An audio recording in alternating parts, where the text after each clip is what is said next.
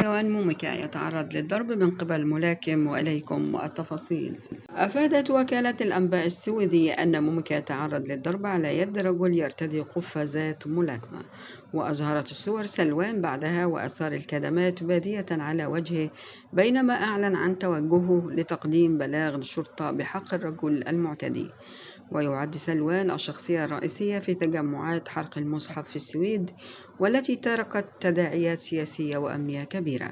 وأعلنت مصلحة الهجرة عن فتح تحقيق أقامته في السويد بعدما تبين أنه قدم معلومات خاطئة عند تقدمه بطلب اللجوء. كما قامت الحكومة بفتح تحقيق قانوني لتعديل قانون النظام العام، وذلك لإعطاء الشرطة صلاحية رفض منح تصاريح لتجمعات قد تشكل تهديدا لأمن السويد، وكذلك يشدد منح تصاريح لمن لا يحملون جنسية سويدية.